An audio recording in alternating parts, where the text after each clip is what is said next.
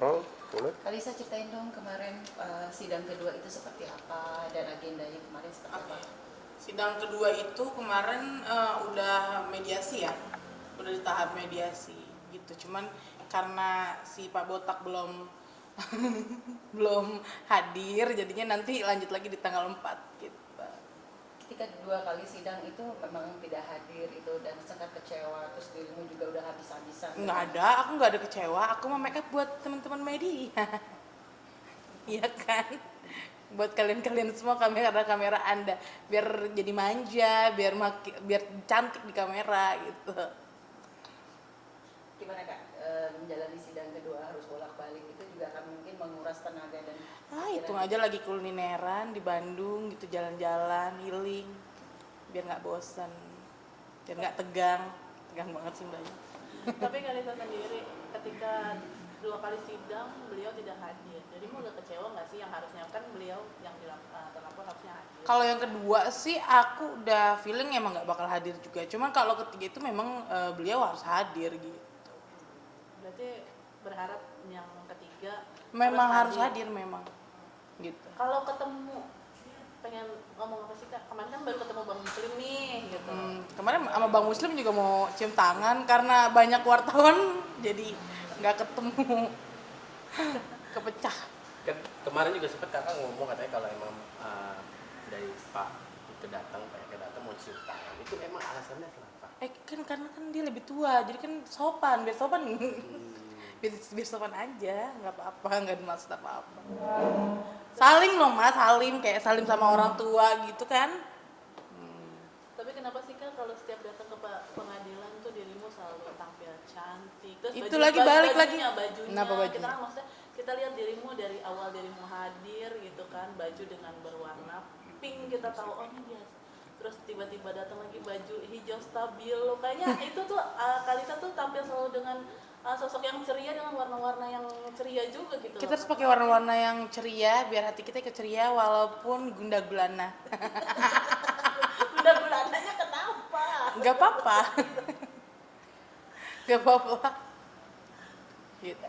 Dengan kasus kayak gini tuh dirimu tuh menjalani suatu hal yang kayak gini kan pasti nggak enak, ada enaknya ada enaknya gitu. Ketika dirimu ya udah dijalani apa sih yang ketika akhirnya bertolak batin kah dengan semua ini atau seperti apa nih Kak? Gimana ya maksudnya itu? Kan dengan perjalanan yang harus bolak-balik Bandung, misalkan dengan kasus juga belum selesai. Aku nggak berat mbak bolak-balik Bandung, orang disupirin, tinggal tidur kalau capek, makan tinggal ke resto, ya anggap aja jalan-jalan, gitu. Jadi menghadapi ini semua seakan-akan ini bukan beban berat buat kamu. Anggap aja holiday, capek tahu kalau misalkan dijadiin beban. Tapi minggu depan dirimu tetap akan hadir lagi. Hadir, insya Allah hadir. Tapi kayak menguras tenaga nggak sih? Maksudnya kan dirimu juga dari masih recovery juga. Oke. Gitu. Ya enggak sih, karena kan itu hatinya happy gitu. Apa yang bikin happy? Yang bikin happy karena mau ketemu temen-temennya dia semua. Ya pokoknya gitu, happy, nggak ada gimana. Tapi sama pihak RK sendiri ada komunikasi apa sih Kak waktu di Bandung? Itu kan mediasi nggak boleh dibuka, nggak bisa di-spill sedikit pun karena kan tertutup ya gitu. Mungkin ada nanya-nanya kabar apa gimana gitu. Ya kalau nanya kabar ya apa kabar gitu ya, baik, yang nanya kabar pasti gitu. Nah, tapi ketika proses persidangan gitu dengan kemarin sempat ada nggak sih mungkin tantangan ayo kita masalah tes DNA ini gitu ya Kak ya, gimana? Sudah mediasi mbak, jadi udah itu jangan dipancing. Oke. Aku nggak mau bahas itu, no comment, karena mediasi itu sifatnya tertutup kan gitu. Dari mediasi ini keinginan dari hati kecil kamu mau seperti apa sih Kak? Ya udah ntar pokoknya ikutin terus aja ya. Lo no comment tentang itu. Tanya yang lain ada nggak? Jangan sidang mulu, tegang. Apa ini sih Dan? Mediasinya tapi arahnya positif. Iya. Maksudnya Positif. mediasi Namanya mediasi ya pasti positif. Ya semoga positif ya. Udah siap belum seandainya nih Kak mediasi itu ternyata akhirnya tidak titik temu, apa langkah diri? Kamu mah ngedoain ya enggak? Bukan. doang. Aku nggak mau jawab, aku mau no comment aja. Tapi sudah apapun mental itu sudah disiapkan gak sih Kak dalam arti apapun lah itu gitu. Iya, dibawain aja Mbak, relax aja, diikutin aja alurnya, jalan ya kan gitu. Ada lagi? Udah. Update ini nih kak, kesehatan setelah Setelah operasi. operasi. Gimana kemarin? Hari ini berarti udah dari tanggal 21 tindakan berarti udah semingguan lah ya, seminggu lebih. Ini mau lepas jahitan sih, gitu. Tapi kayak udah ngefek nggak sih gitu? Iya, aku udah turun 10 kilo, kelihatan nggak? Iya sih kelihatan. Kelihatan ya? Kemarin prosesnya bisa ceritain gak sih Kak? Iya, Gimana? berapa Ah, jam? Berapa jam? Aku kan nggak tahu ya, aku langsung ditidurkan ya, gitu. Jadi katanya sih 1 jam, gitu operasinya. Recovery-nya aja sih agak lama, makanya aku stay seminggu di sana. Tadinya tuh udah disuruh pulang sama dokter 1 hari setelah tindakan, udah bisa pulang.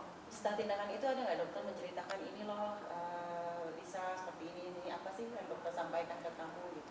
Ya pokoknya dokter kasih tahu makanan yang boleh dikonsumsi atau enggak, terus harus jalanin exercise, harus banyak jalan-jalan kaki gitu, nggak boleh tiduran terus, gitu, nggak boleh lemas, gitu aja. Kan semua saya juga menanyakan ke dokter bahwa kondisi tubuhmu juga baik gitu, bagus sampai akhirnya dokter juga cepet gitu untuk melakukan tindakan itu gitu. Sebelumnya tuh dirimu apa sih mungkin persiapan mungkin dari dirimu? Puasa sih, kalau kita mau tindakan besar kan memang puasa ya, gitu. Nah, untuk dirimu kan ada, pasti kan dokter juga menyarankan tidak boleh makan yang terlalu banyak ataupun minum juga tidak berlebihan. Iya, diet kan, memang harus diet. Tantangan sekarang. Sekarang aku memang udah nggak nafsu Mbak, udah nggak bisa makan nasi, aku cuman cairan aja. Tekstur yang paling padat itu cuman jus. Itu selama 3 bulan.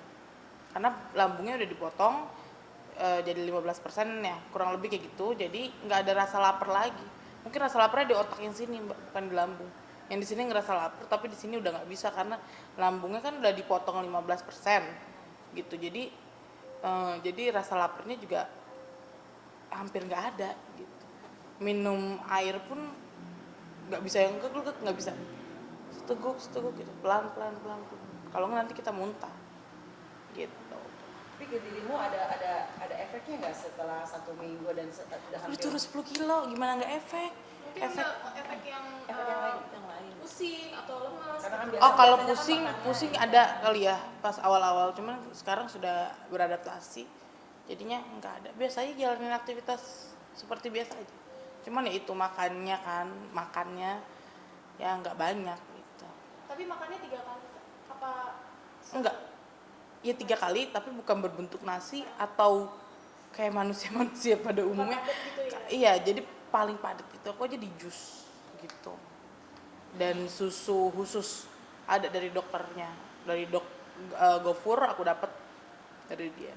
Ada perubahan nggak sih Kak dalam arti ketika biasa makan nasi dan di sini udah nggak mau nerima lagi tapi di otak pengen ngemil, pengen makan. Seperti hidup baru ya Mbak. Jadi jatuhnya kayak hidup baru gitu, kayak bayi lagi gitu.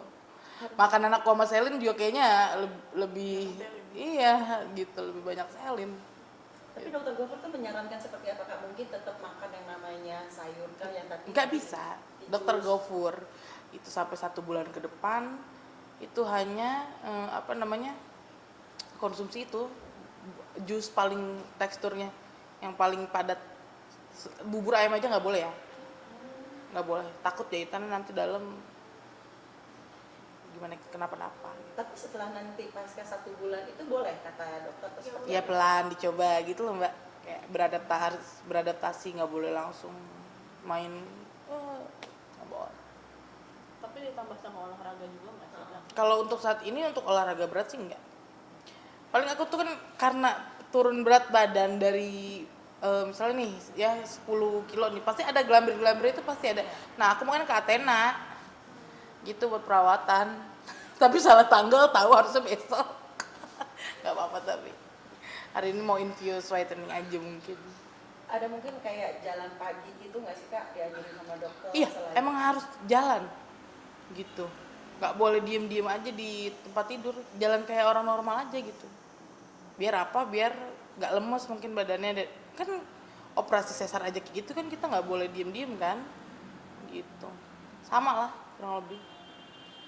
Tujuannya pasti kan pengen balik lagi dengan Mas, saya sempat tanya bisa nggak sih balik lagi ketika operasi biofeed ini sendiri itu bisa kembali lagi lambungnya untuk kembali lagi seperti semula. Nah, dirimu pasti memaintain itu semua karena sayang dengan biaya yang mahal gitu kan Kak. Gimana nih Kak, memaintain yang ketat banget ya? Ya ini kan baru aku jalanin ya, jadi lambungnya juga masih nggak bisa terima makanan banyak, jadi ya udah gitu, ya, jalanin aja. Tapi nggak jadi lemes ya Kak? Enggak, lihatnya lemes gak? Masih. Eh, Seminggu di Malaysia berarti ya? seminggu harusnya udah boleh pulang sama dokter, cuman akunya masih lemes, makanya aku extend hotel lagi di situ. Dibawa ke anak-anak nggak sih Kak, karena Kelamaan Iya, si Selin juga mami mana gitu kan, setiap malam kalau mau tidur. Biasa kalau main sama adiknya mah nggak nanya. Pas udah ngerasa udah mau tidur biasanya kan sama aku. Ya paling video call aja, sleep call sama anak. ngasih pengertiannya gimana tuh sebelum berangkat apa gimana gitu, udah di briefing dulu? Kalau iya, pokoknya mami mau ini dulu ya, mau kerja dulu, biasalah. Gitu. Kak, tapi maaf masih menyusui nggak sih buat yang paling kecil? Kalau aku masih menyusui nggak mungkin aku bariatrik. Jadi emang udah enggak ya. Gitu. Berarti Kalisa sendiri siap dengan penampilan baru dan siap kembali ke dunia entertain. Oh iya, harus dengan prestasi dong. Nanti kita bikin surprise dong. Gitu. Jangan nanti Lisa tuh terkenalnya gara-gara apa gitu kan. Nggak mau aku.